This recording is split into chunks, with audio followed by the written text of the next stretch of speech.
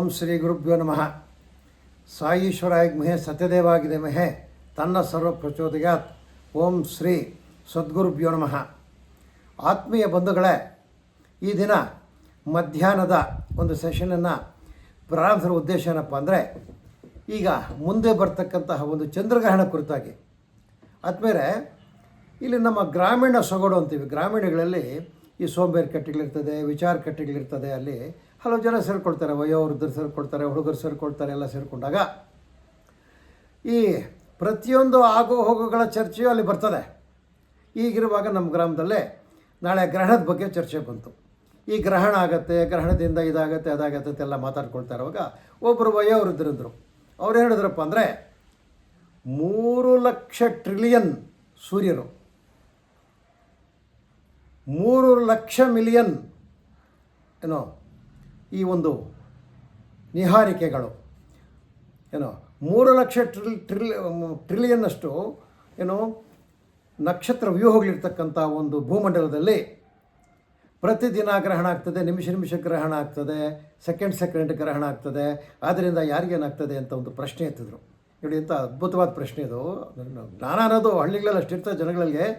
ಅವ್ರಿಗೆ ವ್ಯಕ್ತಪಡಿಸೋಕ್ಕೆ ವೇದಿಕೆಗಳು ನಮ್ಮ ಹಳ್ಳಿ ವೇದಿಕೆಗಳಾಗಿರ್ತದೆ. ಹೆಚ್ಚು ಕಟ್ಟಲೆ ವೇದಿಕೆಗಳು ಸಿಕ್ಕಲ್ಲ. ನನಗೆ ಆಶ್ಚರ್ಯ ಆಯಿತು ಅವ್ರಿಗಿರೋ ಜ್ಞಾನ ನೋಡಿ. ಎಲ್ಲಿ ಟ್ರಿಲಿಯನ್ಗಳು ಗೊತ್ತು, ಮಿಲಿಯನ್ಗಳು ಗೊತ್ತು, ಎಲ್ಲ ಗೊತ್ತು. ಈ ಅನಂತವಾದ ಪ್ರಪಂಚದ ಬಗ್ಗೆ ಎಲ್ಲ ಗೊತ್ತು ಅವ್ರಿಗೆ. ಇಂಥ ಕಡೆ ಪ್ರತಿ ಸೆಕೆಂಡ್ಗೆ, ಪ್ರತಿ ನಿಮಿಷಕ್ಕೆ ಕಣ್ಣು ಮಿಟಿಸೋಕೆ ಪ್ರತಿಗ್ರಹಣವಾಗ್ತಾ ಇರ್ತದೆ.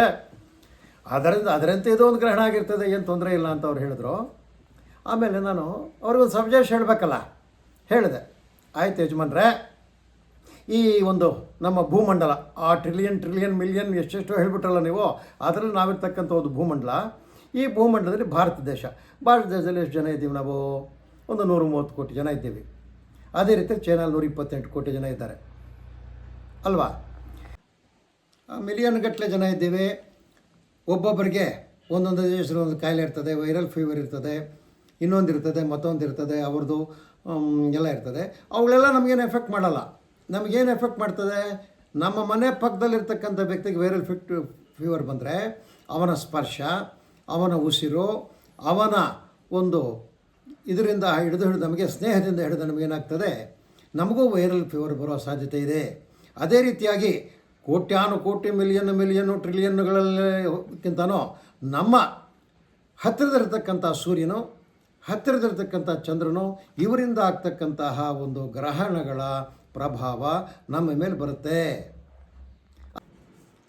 ಈ ಗ್ರಹಣಗಳು ಭೂಮಿಯ ಮೇಲೆ ಮತ್ತು ವಾತಾವರಣದ ಮೇಲೆ ತನ್ನ ಪ್ರಭಾವ ಬೀರ್ತದೆ.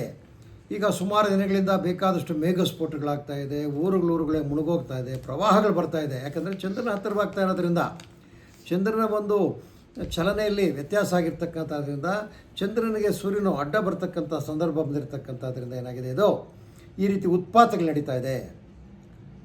ಆದಮೇಲೆ 7ನೇ ತಾರೀಕು ರಾತ್ರಿ ಗ್ರಹಣ ಇದೆ. ಆ ಗ್ರಹಣ ನಮ್ಮ ದೇಶದಲ್ಲಿ ಕಾಣ್ತದೆ, ನಮಗೆಲ್ರಿಗೂ ಕಾಣ್ತದೆ. ಆದ್ದರಿಂದ ಅದನ್ನು ನಾವು ಆಚರಿಸಬಹುದು. ಯಾಕಂದರೆ ಈ ಪಂಚಾಂಗದಲ್ಲಿ ಸುಮಾರು 7-8 ಗ್ರಹಣಗಳು ಹೇಳಿದ್ದಾನೆ. ಅದರಲ್ಲಿ ಹಲವು ನಮಗೆ ಗೋಚರಿಸಿರೋದ್ರಿಂದ ಅದು ನಮಗೆ ಆಚರಣೆ ಇರೋದಿಲ್ಲ. ಚೆನ್ನಾಗಿ ತಿಳ್ಕೊಳ್ಳಿ.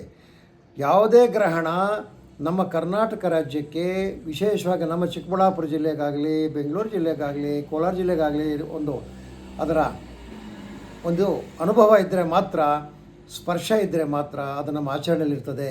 ಇಲ್ಲ ಅಂದರೆ ನಮಗೆ ಆಚರಣೆ ಇರೋದಿಲ್ಲ. ನಮಗೆ ಹಲವಷ್ಟು ಗ್ರಹಣಗಳಾಯಿತು ಈ ವರ್ಷದಲ್ಲಿ, ಅವು ನಮ್ಮ ಕಣ್ಣಿಗೆ ಕಾಣಲಿಲ್ಲ. ಆದ್ದರಿಂದ ಅದರ ಪ್ರಭಾವ ನಮ್ಮ ಮೇಲಿಲ್ಲ. ಆದರೆ ಈಗ ನಡೀತಕ್ಕಂತಹ 7ನೇ ತಾರೀಕು ಭಾನುವಾರ ನಡೀತಕ್ಕಂತಹ ರಾಹುಗ್ರಸ್ತ ಚಂದ್ರಗ್ರಹಣ ನಮ್ಮ ಗೋಚರಕ್ಕೆ ಬರ್ತದೆ. ನಾವು ಪೂರ್ತಿಯಾಗಿ ನೋಡ್ಬೋದು. ಆ ಒಂದು ಗ್ರಹಣದ ಪ್ರಭಾವ ನಮ್ಮ ಮೇಲೆಲ್ಲ ಬೀಳ್ತಕ್ಕಂಥ ಸಾಧ್ಯತೆಯಿಂದ ಗ್ರಹಣಾಚರಣೆಗಳನ್ನು ನಾವು ಮಾಡ್ಕೋಬೇಕು. ಆದಮೇಲೆ ಈ ಗ್ರಹಣ ರಾತ್ರಿ 9:56 ಸ್ಪರ್ಶವಾಗತ್ತೆ. ಸ್ಪರ್ಶಕಾಲ ಅಂತೀವಿ. ನಿಮೀನಲ ಕಾಲ ಅಂದರೆ ಮುನ್ನಡೆಯುವ ಕಾಲ 11 ಗಂಟೆ. ಮಧ್ಯಕಾಲ ಅಂದರೆ 11:42 ಪೂರ್ತಿಯಾಗಿ ಚಂದ್ರಗ್ರಹಣ ಆಗಿರ್ತದೆ. ಆಮೇಲೆ ನಿಮಿಲನ ಅಂದರೆ ವಾಪಸ್ ಹೋಗೋಕ್ಕೆ ಶುರುವಾಗ್ತದೆ, ಕಡಿಮೆ ಆಗೋಕ್ಕೆ. ಅದು 12:23 ಶುರುವಾಗಿ ಸಂಪೂರ್ಣವಾಗಿ 1:27 ಮೋಕ್ಷ ಹೊಂದುತ್ತದೆ. ಅಂದರೆ ಸ್ಪರ್ಶ 9:56 ನಿಮೀಲನ 11 ಗಂಟೆಗೆ, ಇನ್ನು ಮಧ್ಯಕಾಲ 11:42, ಬಿಡ್ತಕ್ಕಂಥ ಕಾಲ, ಬಿಡೋಕ್ಕೆ ಹೋಗ್ತಕ್ಕಂಥ ಕಾಲ 12:21, ಮೋಕ್ಷ ಕಾಲ 1:27 ಆಗಿರ್ತದೆ. ಇದು ಗ್ರಹಣದ ಸಮಯ. ನಮಗೆಲ್ಲರಿಗೂ ಗೋಚರ ಆಗ್ತದೆ ಈ ಗ್ರಹಣ. ಒಂದು ಸಮಯ ಮೋಡಗಳು ಬಂದು ಬರೆದ ಗ್ರಹಣ ಇದ್ದರೆ ಆಗೋದಿಲ್ಲ. ಆದರೂ ಸಹ ಪ್ರಯತ್ನ ಪಟ್ಟರೆ ಯಾವಾಗಲೂ ಒಂದು ಸಲ ಚಂದ್ರನ ಮೋಡ ಚಂದ್ರದಾಗ ಚಂದ್ರನ ಗ್ರಹಣಯುಕ್ತನಾಗಿರ್ತಕ್ಕಂಥ ಚಂದ್ರನ ನಾವು ನೋಡ್ಬೋದು. ಈ ರಾತ್ರಿಯೆಲ್ಲ ಗ್ರಹಣವಾಗ್ತಾ ಇರ್ತದೆ. ಗ್ರಹಣ ರಾತ್ರಿ 9:56 ರಾತ್ರಿ 1:27 ಅದರ ಒಂದು ಸಮಯ ಇರ್ತದೆ. ಆ ರಾತ್ರಿಯ ಸಮಯದಲ್ಲಿ ಅತ್ಯಂತ ಪುಣ್ಯಕಾಲ ಯಾವುದಪ್ಪ ಅಂದರೆ 12:15 3:15 ಅಂದರೆ 3:30 ಈ ಕಾಲದಲ್ಲಿ ಯಾವುದಾದ್ರೂ ಪುಣ್ಯ ಕಾರ್ಯಗಳಿದ್ದರೆ ಮಾಡ್ಕೋಬೋದು, ಜಪ ತಪ ಅನುಷ್ಠಾನಗಳು ಮಾಡ್ಕೋಬೋದು. ಅದೇ ರೀತಿಯಾಗಿ ಈ ತರ್ಪಣ ಬಿಡ್ತಕ್ಕಂಥವರಿದ್ದರೆ ರಾತ್ರಿ 11:42 ಮೇಲೆ ಅದುವರೆಗೂ ಬಿಡ್ಕೊಡ್ದು ತರ್ಪಣ ಬಿಡ್ಬೋದು. ಅದು ಆತ್ಮೀಯರೇ, ಈ ಗಣದಲ್ಲಿ ವಿಶೇಷ ಏನಿದೆಪ್ಪ ಅಂದರೆ ಈ ಚಂದ್ರಗ್ರಹಣದಲ್ಲಿ ಸ್ಪರ್ಶ ಆಗ್ತಕ್ಕಂಥದ್ದು ರವಿವಾರದಲ್ಲಿ ಮತ್ತು ಮೋಕ್ಷ ಆಗ್ತಕ್ಕಂಥದ್ದು ಸೋಮವಾರದಲ್ಲಿ. ಅಂದರೆ 2 ದಿನಗಳ ಗ್ರಹಣ ಇದು. ಅಂದರೆ ಭಾನುವಾರವೂ ಗ್ರಹಣ ಇರ್ತದೆ, ಸೋಮವಾರವೂ ಗ್ರಹಣ ಇರ್ತದೆ. ಭಾನುವಾರ ರಾತ್ರಿನೂ ಗ್ರಹಣ ಇದ್ದರಿಂದ ಭಾನುವಾರವೆಲ್ಲ ಯಾವುದೇ ಶುಭ ಕಾರ್ಯಗಳಿಗೆ ಒಳ್ಳೆಯದಲ್ಲ. ಅದೇ ರೀತಿಯಲ್ಲಿ ರಾತ್ರಿ 1:27 ಸೋಮವಾರದಲ್ಲಿ ಆಗೋದ್ರಿಂದ ಇದು ಸೋಮವಾರನೂ ಏನೋ ಕೆಲಸಕ್ಕೆ ಬರೋದಿಲ್ಲ. 2 ದಿನಗಳ ಗ್ರಹಣ ಇದು. ಅಂದರೆ ಭಾನುವಾರ ಹುಟ್ಟುತ್ತೆ, ಸೋಮವಾರ ಮುಗಿಯುತ್ತೆ. ಇದು ವಿಶೇಷ. ತರ್ಪಣ ಬಿಡ್ತಕ್ಕಂಥವರು ರಾತ್ರಿ 11:22 ಮಾಡ್ಕೋಬೋದು. ಅಂದರೆ ನೀವು ತರ್ಪಣ ಬಿಡ್ತಕ್ಕಂಥವರು ಸಾಧ್ಯವಾದಷ್ಟು 12 ಗಂಟೆಯಿಂದ ಮೇಲೆ ಬಿಟ್ಟರೆ ಸೋಮವಾರದ ಲೆಕ್ಕದಲ್ಲಿ ಬರ್ತದೆ. ಅದೇ ರೀತಿಯಾಗಿ ಆ ಒಂದು ಭಾನುವಾರ ನಿಮ್ಮಲ್ಲಿ ಒಂದು ಶ್ರಾದ್ದ ಇರ್ತದೆ ಅಂತ ಇಟ್ಕೊಳ್ಳಿ. ಶ್ರಾದ್ದ ಪೂರ್ವದಲ್ಲಿ 12:15 ನೀವು ಉಪವಾಸ ವ್ರತಕ್ಕೆ ಬರಬೇಕಾಗಿರೋದ್ರಿಂದ ಭಾನುವಾರ ಆಗ್ತಕ್ಕಂಥ ಶ್ರಾದ್ದ ನಿಷಿದ್ಧ. ಅದನ್ನು ಸೋಮವಾರ ಮಾಡ್ಕೋಬೇಕು. ಅಂದರೆ ಯಾರ ಮನೆಗಾದರೂ ಭಾನುವಾರ ಅಂದರೆ ಹುಣ್ಣಿಮೆ ಶ್ರಾದ್ದ ಇದ್ದರೆ ಅದನ್ನು ಪ್ರತಿಪತ್ತದಲ್ಲಿ ಮಾಡ್ಕೋಬೇಕು. ಚೆನ್ನಾಗಿ ತಿಳ್ಕೊಳ್ಳಿ. ಭಾನುವಾರ ಇದ್ದರೂ ಸಹ ಶ್ರಾದ್ದ ಸೋಮವಾರ ಆಗ್ತದೆ. ಅದಾದಮೇಲೆ ಈ ಗ್ರಹಣಗಳಿಗೆ ಬಂದುಬಿಟ್ರೆ ಏನಪ್ಪ ಆಗ್ತದೆ ಅಂದರೆ ಬಹಳ ಜನ ನಮಗೆ ರಾಶಿಗೆ ಏನಾಗ್ತದೋ, ನಮ್ಮ ನಕ್ಷತ್ರಕ್ಕೆ ಏನಾಗ್ತದೋ, ನಮ್ಮ ಒಂದು ಇದಕ್ಕೆ ಏನಾಗ್ತದೋ ಅಂತಕ್ಕಂಥ ಒಂದು ಭಯ ಇರ್ತದೆ. ಭಯ ಬೀಳೋ ಕೆಲಸ ಇಲ್ಲ ನೋಡಿ. ಇದು ಸಾಮಾಜಿಕವಾಗಿರ್ತಕ್ಕಂಥ ವಿಷಯ, ಇದು ಸಾಮಾನ್ಯ ವಿಷಯ. ಇದು ನ್ಯಾಚುರಲ್. ಪ್ರತಿ ವರ್ಷ ಬರ್ತಾ ಇದೆ, ಗಣ ಹೋಗ್ತದೆ, ಪ್ರತಿದಿನವೂ ಗ್ರಹಣ ಆಗ್ತಾ ಇರ್ತದೆ. ರಾಹುಗ್ರಸ್ತ ಇರ್ತದೆ, ಕೇತುಗ್ರಸ್ತ ಇರ್ತದೆ. ಪ್ರತಿದಿನವೂ ಒಂದು ಗ್ರಹ ಒಂದು ಅಡ್ಡ ಬರ್ತಾ ಇರ್ತದೆ. ಆದಮೇಲೆ ಈ ಒಂದು ಗ್ರಹಣ ವಿಚಾರದಲ್ಲಿ ಯಾರೂ ಏನು ಭಯ ಪಡಬೇಕಾಗಿಲ್ಲ. ಯಾಕಂದರೆ ಸಾಮಾನ್ಯವಾಗಿ ಪ್ರಾಕೃತಿಕವಾಗಿ ನಡೀತಾ ಇರ್ತದೆ. ಅದರಿಂದ ಹಲವು ಗ್ರಹಗಳಿಗೆ ಸ್ವಲ್ಪ ತೊಂದರೆ ಆಗ್ಬೋದು ವಿನಃ ಏನೂ ಹೆಚ್ಚುಗಟ್ಟಲೆ ತೊಂದರೆಗಳಾಗ್ತಕ್ಕಂಥ ಸಂದರ್ಭಗಳಿರೋದಿಲ್ಲ. ವ್ಯವಹಾರದಲ್ಲಿ ಸಾಮಾನ್ಯವಾಗಿ ಹೆಚ್ಚು ಕಡಿಮೆ ಆಗ್ತಾ ಇರ್ತದೆ, ಅದೃಷ್ಟ ಹೆಚ್ಚು ಕಡಿಮೆ ಆಗ್ತಾ ಇರ್ತದೆ, ನಮ್ಮ ಗ್ರಹಗತಿಗಳು ಹೆಚ್ಚು ಕಡಿಮೆ ಆಗ್ತಾ ಇರ್ತದೆ. ಅವೆಲ್ಲವೂ ಸಹ ನಾವು ಅವುಗಳಿಂದ ಬರ್ತಕ್ಕಂಥ ಸಮಸ್ಯೆಗಳನ್ನು ಪರಿಹಾರ ಮಾಡ್ಕೊಳ್ತಕ್ಕಂಥದ್ದೇ ಇರ್ತದೆ. ಭಯ ಬೀಳಬೇಕಾಗಿಲ್ಲ. ಯಾಕಂದರೆ ನಮ್ಮಲ್ಲಿ ಏನಪ್ಪ ಅಂದರೆ ನಮ್ಮನ್ನೊಂದು ಉದ್ಯೋಗ ಆಗಿಬಿಟ್ಟಿದೆ, ಭಯಭೀತರನ್ನಾಗಿ ಮಾಡೋದು ಜನಗಳನ್ನ. ಗ್ರಹಣ ಭಯ ಭಯ ಭಯ ಹೇಳೋದು, ಹಂಗಾಗ್ಬಿಡುತ್ತೆ. ಯಾವುದರಿಂದನೂ ಏನಾಗಲ್ಲ. ಯಾಕಂದರೆ ಭೂಮಿ ಹುಟ್ಟಿದಾಗಿನಿಂದ ಗ್ರಹಗಳಾಗ್ತಾನೇ ಇದೆ. ನಮ್ಮ ಹಿರಿಯರೆಲ್ಲ ಅದನ್ನು ನೋಡಿಕೊಂಡು ಹೋಗಿದ್ದಾರೆ. ನಮಗೂ ವಯಸ್ಸಾಗ್ತಾ ಹೋಗ್ತಾ ವರ್ಷಕ್ಕೆ 2-3 ಗ್ರಹಗಳು ನೋಡ್ತಾ ಇದ್ದೀವಿ. ಯಾವ ಕಟ್ಟಿಗಳೇನು ಹೊಡೆದೋಗಿರೋದಿಲ್ಲ. ಏನೋ ಸ್ವಲ್ಪ ಗ್ರಹ ದೋಷಗಳಾಗ್ತದೆ. ಅದಕ್ಕೆ ಯಾರು ಭಯ ಬೀಳಬೇಡಿ ಆದ್ಮೇಲೆ. ಅದಕ್ಕೆ ಒಂದು ತಕ್ಷಣವಾದ ಯಾವುದೇ ಕಾಯಿಲೆ ಬಂದರೂ ಸಹ ಅದಕ್ಕೊಂದು ಔಷಧ ಇದೆ. ಅದೇ ರೀತಿಯಲ್ಲಿ ಯಾವುದೇ ಗ್ರಹದೋಷಗಳು ಬಂದರೂ ಸಹ ಅದಕ್ಕೆ ತಕ್ಕ ಮಟ್ಟದಾದ ಸುಲಭವಾದ ರೀತಿಯ ಒಂದು ಪರಿಹಾರಗಳಿರ್ತದೆ. ಅದಕ್ಕೆ ನೀವು ಹೆಚ್ಚುಗಟ್ಟಲೆ ತಲೆ ಕೆಡಿಸ್ಕೋಬೇಕಾಗಿಲ್ಲ. ಸಿಂಪಲ್ಲಾಗಿ ಪರಮಾತ್ಮನ ನಂಬಿ ಪರಮಾತ್ಮನಲ್ಲಿ ಧ್ಯಾನ ಮಾಡಿ ಪರಮಾತ್ಮನಿಂದ ಕೊಟ್ಟಿರ್ತಕ್ಕಂಥ ಕೆಲವು ಶ್ಲೋಕಗಳನ್ನ ಹೇಳ್ಕೊಂಡು ಅಥವಾ ಬರೆದು ಜೋಬಲ್ಲಿ ಇಟ್ಕೊಂಡ್ರೂ ಸಹ ನಿಮ್ಮ ದೋಷ ಪರಿಹಾರ ಆಗ್ತದೆ. ಆದ್ದರಿಂದ ಭಯಭೀತರಾಗಬೇಕಾಗಿಲ್ಲ ನೀವು ಅಂದಾಗ ಈ ಒಂದು ರಾಹುಗ್ರಹದ ಗ್ರಹಣದಿಂದ ಶತಭಿಷ ನಕ್ಷತ್ರದವರಿಗೆ ಸ್ವಲ್ಪ ತೊಂದರೆ ಇದೆ. ಅವರಿಗೆ ವ್ಯವಹಾರಗಳಲ್ಲಿ ತೊಂದರೆ ಆಗ್ತದೆ. ಅವರ ಒಂದು ಸ್ಥಾನಿಕ ಬಲಗಳು ಕಡಿಮೆ ಆಗ್ತದೆ. ಅವರ ಮಾತಿನ ಪ್ರಭಾವ ಕಡಿಮೆ ಆಗ್ತದೆ. ಹಣಕಾಸು ವ್ಯವಹಾರಗಳಲ್ಲಿ ಸ್ವಲ್ಪ ತೊಂದರೆ ಆಗ್ತದೆ.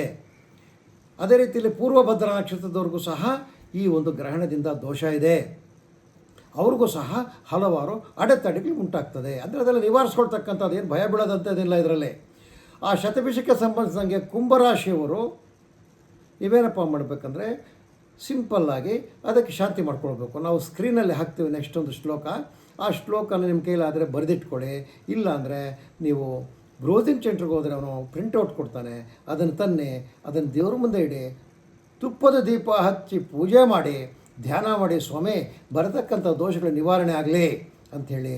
ಆಮೇಲೆ ಬೆಳಗ್ಗೆ ಆದಮೇಲೆ ಗ್ರಹಣ ಬಿಡುಗಡೆ ಆದಮೇಲೆ ನೀವು ಸ್ನಾನ ಸಂಧ್ಯಾ ವಂದನೆ ಮಾಡಿಕೊಂಡು ಆ ಒಂದು ನಾವೇನು ನೀವು ಚೀಟಿ ಇಟ್ಟಿರ್ತೀರಿ ಬರ್ಕೊಂಡಿರ್ತೀರಿ ಅದ್ರ ಜೊತೆ ಏನೋ ನಿಮ್ಮ ಯಥಾಶಕ್ತಿ ದಕ್ಷಿಣೆ ನಿಮಗೇನು ದಕ್ಷಿಣೆ ಇದ್ದರೆ ಪಕ್ಕದಲ್ಲಿರ್ತಕ್ಕಂಥ ದೇವಸ್ಥಾನಕ್ಕೋ ಅಥವಾ ಪಕ್ಕದಲ್ಲಿರ್ತಕ್ಕಂಥ ಯಾರೋ ಸ್ವಾಮಿಗಳ ಜ್ಯೋತಿಷ್ಯರ ಮನೆಗೆ ಹೋಗಿ ಸ್ವಾಮಿ ಅದು ಕೊಡಿ ಅಂತ ತೆಗೆದುಕೊಂಡು ಅವ್ರಿಗೆ ನಮಸ್ಕಾರ ಮಾಡಿಕೊಂಡ್ರೆ ನಿಮ್ಮ ದೋಷ ನಿವಾರಣೆ ಆಗ್ತದೆ. ಆದಮೇಲೆ ಗ್ರಹಣ ವಿಚಾರವಾಗಿ ಇನ್ನೂ ಬಹಳ ವಿಷಯಗಳು ಹೇಳೋದಿದೆ. ಈ ದಿನ ಈ ಒಂದು ಸಮಯದಲ್ಲಿ ಇಷ್ಟು ಮಾತ್ರ ನಿಮಗೆ ತಿಳಿಸಿರ್ತೀನಿ. ಇನ್ನು ಮುಂದೆ ಇದೆ ಬಹಳಷ್ಟು ವಿಷಯಗಳಿವೆ ಗ್ರಹಣದ ಬಗ್ಗೆ. ಅದನ್ನು ಎರಡನೇ ಭಾಗ ನಾಳೆ ಮಧ್ಯಾಹ್ನ 12 ಗಂಟೆಗೆ ಬರ್ತದೆ. ಆಗ ಈ ಒಂದು ಎರಡನೇ ಭಾಗವನ್ನು ನೋಡಿ ನಾಳೆ ಮಧ್ಯಾಹ್ನ ಮೇಲೆ ಅದನ್ನು ಬಿಡುಗಡೆ ಮಾಡ್ತೀವಿ. ಒಂದನೇ ಭಾಗ ಇವತ್ತು 2 ಗಂಟೆ 3 ಗಂಟೆಗೆ ಬಿಡುಗಡೆ ಆಗ್ತದೆ. ನೀವೆಲ್ಲ ಅದನ್ನು ಓದಿ ಅದನ್ನೆಲ್ಲ ಓದ್ಬಿಟ್ಟು ಮತ್ತು ನಿಮ್ಗೆ ಅನುಮಾನಗಳೇನಿದ್ದರೆ ಕೇಳಿ, ಮೊಬೈಲಲ್ಲಿ ಫೋನ್ ಮಾಡಿ ಕೇಳಿ, ಏನೂ ಇದೇನಿಲ್ಲ ನಮಗೆ ಹೇಳ್ತೀವಿ ಅದ್ರ ಬಗ್ಗೆ. ಅನುಮಾನಗಳು ಗುರುತು ಹಾಕ್ಕೊಂಡು ನಿಮಗೆ ಈ ಒಂದು ಸ್ಕ್ರೀನಲ್ಲೇ ಹೇಳ್ತೀವಿ. ಅದೇ ರೀತಿಯಾಗಿ ಎರಡನೇ ಭಾಗದಲ್ಲಿ ಇನ್ನೂ ಕೆಲವಿದೆ. ಜೀವನಗಳು ಏನು ಮಾಡಬೇಕು ಆಯಿತಾ, ಹೊಸದಾಗಿ ಬಿಟ್ಟು ಮಾಡಿರ್ತಕ್ಕಂಥ ದೇವಸ್ಥಾನಗಳು ಏನು ಮಾಡಬೇಕು, ಹೊಸದಾಗಿ ಕಟ್ಟಿರ್ತಕ್ಕಂಥ ಮನೆಗಳವ್ರು ಏನು ಮಾಡಬೇಕು ಅಂತಕ್ಕಂಥದ್ದನ್ನು ಹೇಳ್ತೀವಿ. ಇದು ಈ ದಿನಕ್ಕೆ ಇರ್ತಕ್ಕಂಥ ವಿಷಯ ಆಗಿರ್ತದೆ. ಆದಮೇಲೆ ನಾಳೆ ಬೆಳಗ್ಗೆ ನಾಳೆ ಮಧ್ಯಾಹ್ನ ನಾವೆಲ್ಲ ಮತ್ತೆ ಇದ್ರ ಬಗ್ಗೆ ಮಾತಾಡೋಣ. ಆದಮೇಲೆ ನಿಮ್ಮಲ್ಲಿ ಒಂದು ವಿಶೇಷ ಮನವಿ ಏನಪ್ಪ ಅಂದರೆ, ನಮ್ಮ ಚಾನಲ್ಗೆ ನೀವು ಉತ್ತೇಜನ ಕೊಡಿ. ನೀವೆಲ್ಲನೂ ಲೈಕ್ ಮಾಡಿ, ಸಬ್ಸ್ಕ್ರೈಬ್ ಮಾಡಿ, ಶೇರ್ ಮಾಡಿ. ಮತ್ತು ನಮ್ಮ ಏನು ಒಂದು ಕೃಷಿ ನಡೀತಾ ಇದೆ ಇವಾಗ, ಧಾರ್ಮಿಕ ವಿಷಯಗಳು, ಜ್ಯೋತಿಷ ವಿಷಯಗಳು ನಿಮಗೆಲ್ಲ ತಲುಪಿಸಬೇಕು ಅಂತ ಅದನ್ನು ತಮಗೆ ತಲುಪಿಸೋದರಲ್ಲಿ ಸಹಕರಿಸಬೇಕಾಗಿ ತಮ್ಮಲ್ಲಿ ವಿನಂತಿಸ್ತೇವೆ. ಆದ್ಮೇಲೆ